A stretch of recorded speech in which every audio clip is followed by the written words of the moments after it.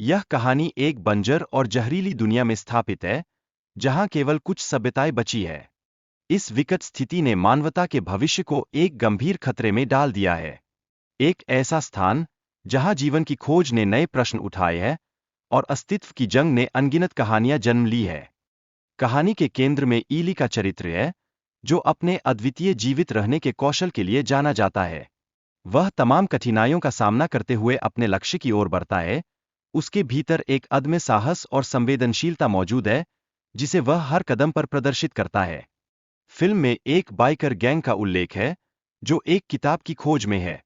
यह कहानी यह दर्शाती है कि शिक्षा को नियंत्रित करने की कोशिशों का सामना किस तरह किया जाता है। ये लोग केवल एक पुस्तक के लिए निकले हैं, लेकिन यह उनके और समाज के लिए एक गहरा एक्शन बन जाता है। इस सफर में एली एक अंधी महिला क्लॉडिया की मदद करता है, जो उसकी दयालुता को उजागर करता है।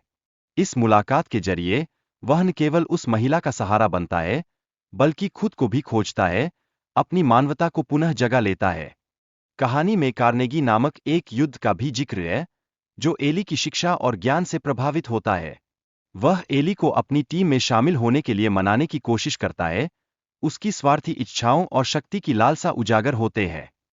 हालांकि एली अपने नैतिकता को बनाए रखते हुए इस संघर्ष का सामना करता है, जबकि अन्य लोग उसे भटकाने के प्रयास में जुटे होते हैं।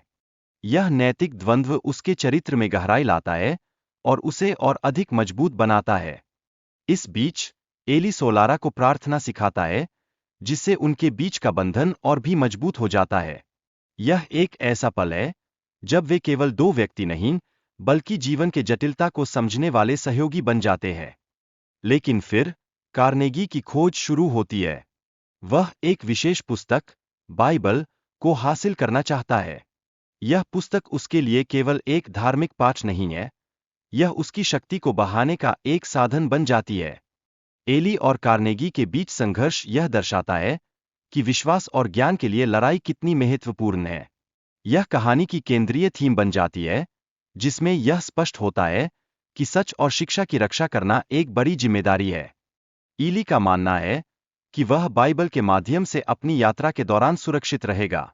उसका यह विश्वास उसे आगे बढ़ने की प्रेरणा देता है, जैसे कि वह अंधकार में भी एक प्रकाश की किरण देखता है। एक दिन जब ईली और सोलारा एक जोड़े से मिलते हैं, तो उनकी छवि संदेह पैदा करती है। कब्रिस्तान के पास उनका व्यवहार और चुप्पी उन पर संदेह की परछाई डालती है, जैसे कुछ अनहोनी घटने वाली हो। कार्नेगी और उसके लोग ईली को बाइबल बताने के लिए मजबूर करते हैं।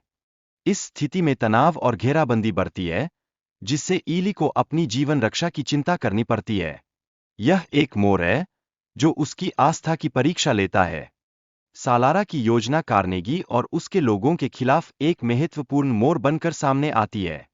वह अपने साहस का उपयोग करती है, ईली की रक्षा के लिए खुद को खड़ा करती है, जैसे एक योद्धा अपने साथी के लिए तैयार होता है। एली का आत्मत्याग और पुस्तक को छोड़ने का निर्णय उसकी गहरी आस्था को दर्शाता है। वह समझता है कि दूसरों की मदद करना और उनके जीवन को बचाना सबसे महत्वपूर्ण है, चाहे उसके लिए उसे कितना भी त्याग करना पड़ जाए।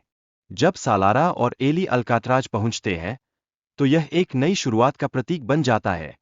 यहाँ वे एक छोटे से समुदाय से मिलते हैं, जो अतीत की धरोहर को संजोए हुए है, जिसमें मानवता की नई उम्मीदें दबी हुई है।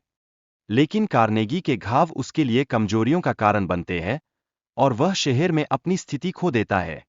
लोग उसके खिलाफ विद्रोह कर देते हैं। इसकी कहानी एक सामाजिक बदलाव की ओर इशारा करती है। अंत में एली अपने जीवन के अंतिम क्षणों में बाइबल के श्लोकों का उच्चारण करता है। यह दर्शाता है कि उसकी आस्था कितनी मजबूत है। यह एक अंतिम आह्वान है, जो जीवन और मृत्यु के बीच की कड़ी को मजबूती से स्पष्ट करता है।